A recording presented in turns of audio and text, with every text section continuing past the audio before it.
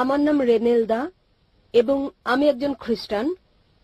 মানে আমি দীর্ঘদিন যাবৎ নিজের মধ্যে একটা খটকা অনুভব করছি। যে প্রশ্নটি আমি আপনাকে করতে চাই সেটি প্রায় এরকম হতে পারে ধারণা, কিংবা এরকম যে আমি মানুষের দ্বারা উদ্বুদ্ধ হয়েছি। আমার প্রথম প্রশ্নের মতো এটা হচ্ছে শুকর সম্পর্কে। মূলত আমি জানতে চাই হারাম কথাটির মানে আসলে কি। মানে ইসলামের মতো ধর্মে এটা কারো বিরুদ্ধে অভিযোগ নয়, কোনো ভুলের জন্য আমি বলছি না এটা বড় কোনো ভুল। কেন শুকর হারাম? কারণ আমি একটি খ্রিস্টান সম্মেলনে যোগদান করেছিলাম এবং সেখানে বলা হয়েছে, সেখানে একজন ধর্মযাজক যিনি বলেছিলেন ইসলামে শুকর হারাম কেন, তিনি একটি দৃষ্টান্ত দেন।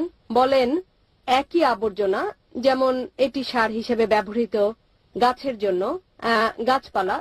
ধরুন এটি একটি আম গাছ, আম ধরল, শেকড় একই পুষ্টি শোষণ করল, একই আবর্জনায় নতুন আম হলো এবং আমরা তা খেলাম। তাহলে শুকর ও আম খাওয়ার মধ্যে এখানে তফাৎ কোথায়?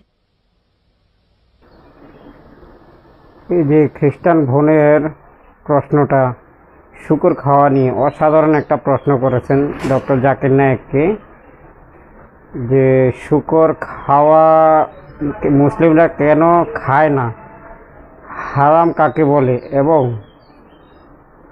যে যুক্তিতে খ্রিস্টানরা খায় সেই যুক্তিটা এই বোনটা দিলেন।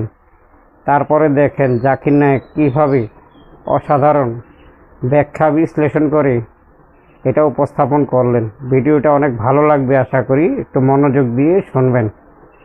বোন একটা প্রশ্ন করলেন যে হারাম কথাটির মানে কি এবং শুকর কেন হারাম ইসলামে, আর তিনি যাজকের দৃষ্টান্ত দিয়েছেন, একজন খ্রিস্টান যাজক যিনি বলেছেন যে সার যা হচ্ছে ময়লা আবর্জনা গাছ শোষণ করে, গাছ বড় হয়, আম ধরে এবং আমরা সে আম খাই।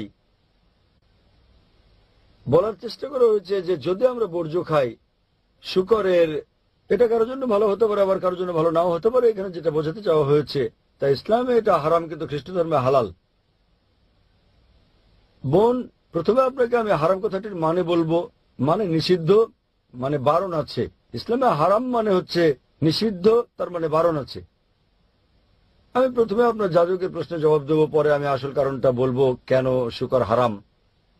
যাজক দৃষ্টান্ত দিয়েছেন যে সার, ধরুন ময়লা আবর্জনা গাছের জন্য ভালো এবং গাছ বড় হয়, তারপর যখন আম ধরে এবং আমরা সেই আম খাই। বলার চেষ্টা করা হয়েছে যে হতে পারে এটা হারাম মুসলিমদের জন্য, তবে খ্রিস্টানদের জন্য ভালো। যদি আপনি তুলনা করেন সার যা মানুষের জন্য আবর্জনা, তা গাছের জন্য ভালো হতে পারে, কারণ গাছপালা ও মানুষ দুটো ভিন্ন জীব, তারা এক নয়, তারা ভিন্ন। কিন্তু ইসলাম ও খ্রিস্ট ধর্মের মানব জাতি একই। আপনারা ভিন্ন ধর্ম পালন করতে পারেন, কিন্তু যা এক মানুষের জন্য ভালো স্বাভাবিকভাবে তা অন্য মানুষের জন্য ভালো, যদি না তার নির্দিষ্ট কোনো সমস্যা থাকে। উদাহরণস্বরূপ, যদি তার ডায়াবেটিস থাকে, চিনি তখন তার জন্য ভালো নাও হতে পারে, কিন্তু স্বাভাবিক অবস্থায় চিনি ভালো, এটা আপনাকে দেয় শক্তি। যদি তার কোনো সমস্যা থাকে তাহলে সেটা তার জন্য উপকারী নাও হতে পারে।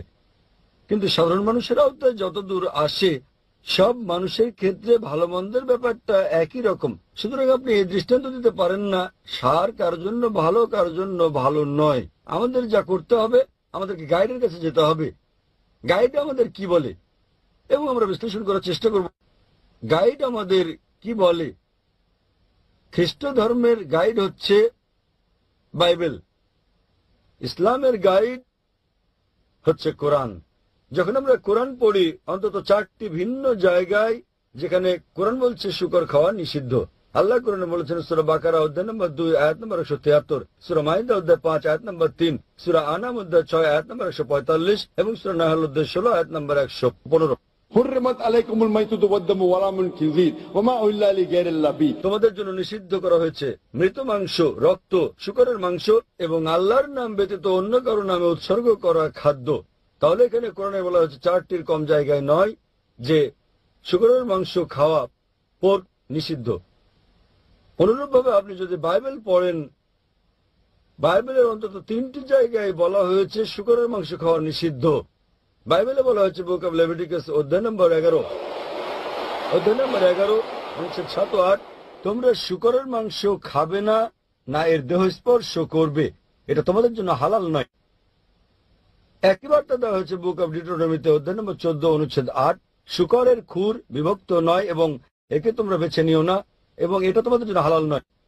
একই কথা বলা হয়েছে বুক অব আইজায়া অধ্যায় 65, অনুচ্ছেদ 2 থেকে 5, তোমরা শূকরের মাংস খেও না। তাহলে বাইবেলে অন্তত 3টি ভিন্ন জায়গায় বলা হয়েছে যে তোমরা শূকরের মাংস খাবে না। এবং যীশু খ্রিস্ট তারপর শান্তি প্রসাদক বলেছেন গসপেল অব ম্যাথিউ অধ্যায় নম্বর 5, অনুচ্ছেদ 7 থেকে 20, ভেবো না যে আমি নিয়ম ভাঙতে বা নবীদের ধ্বংস করতে এসেছি, আমি ধ্বংস করতে আসিনি বরং পূর্ণ করতে এসেছি। কেউ যদি একটি হিতোপদেশ ভঙ্গ করে তাকে সর্বরাজ্যে ডাকা হবে না। তার মানে যদি আপনি ওল্ড টেস্টামেন্টের একটি নিয়ম বিন্দু পরিমাণও ভঙ্গ করেন আপনি জান্নাতে প্রবেশ করবেন না। তাই একজন খ্রিস্টান হিসেবে যদি আপনি বাইবেল বিশ্বাস করেন তাহলে শূকরের মাংস খাওয়া আপনার জন্য নিষিদ্ধ, আপনার জন্য বারণ, আপনার জন্য হারাম। যদি আপনি মুসলিম হন, যদি আপনি কোরআন বিশ্বাস করেন, এটা নিষিদ্ধ। যদি আপনি বাইবেল কিংবা কোরআন বিশ্বাস না করেন, আসুন বিশ্লেষণ করে দেখি আজকালকার কারণ যুক্তি ও বিজ্ঞান শূকরের মাংস সম্পর্কে কি বলে। আজকালকার বিজ্ঞান আমাদেরকে বলছে যে আপনি শূকরের মাংস খেলে সম্ভাবনা আছে যে অন্তত আপনার 70টি রোগ হতে পারে। আপনার গুণাকৃমি হতে পারে, আপনার কেঁচোকৃমি হতে পারে, যেটা সবচেয়ে বিপজ্জনক অন্যান্য সব রোগের মধ্যে সেটা হচ্ছে ফিতাকৃমি।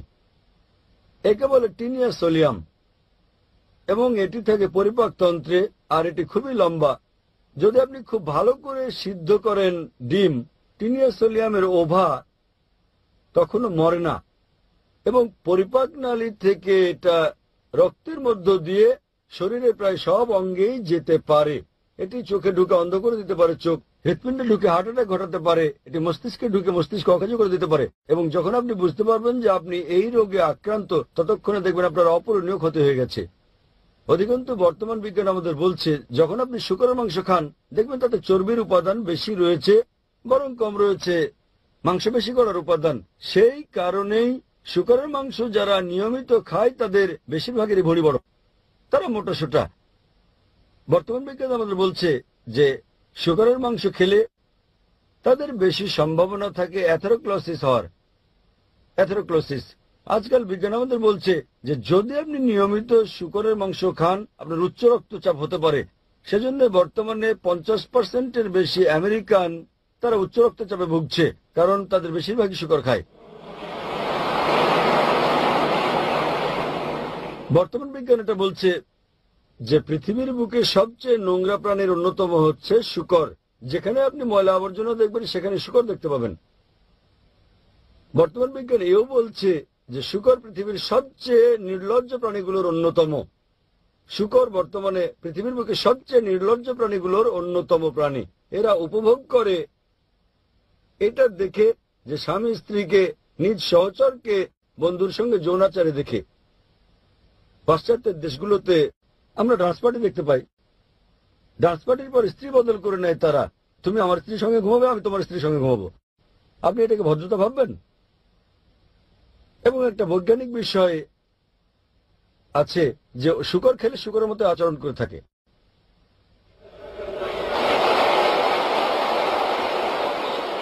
আশা করি উত্তরটা পেয়েছেন বোন।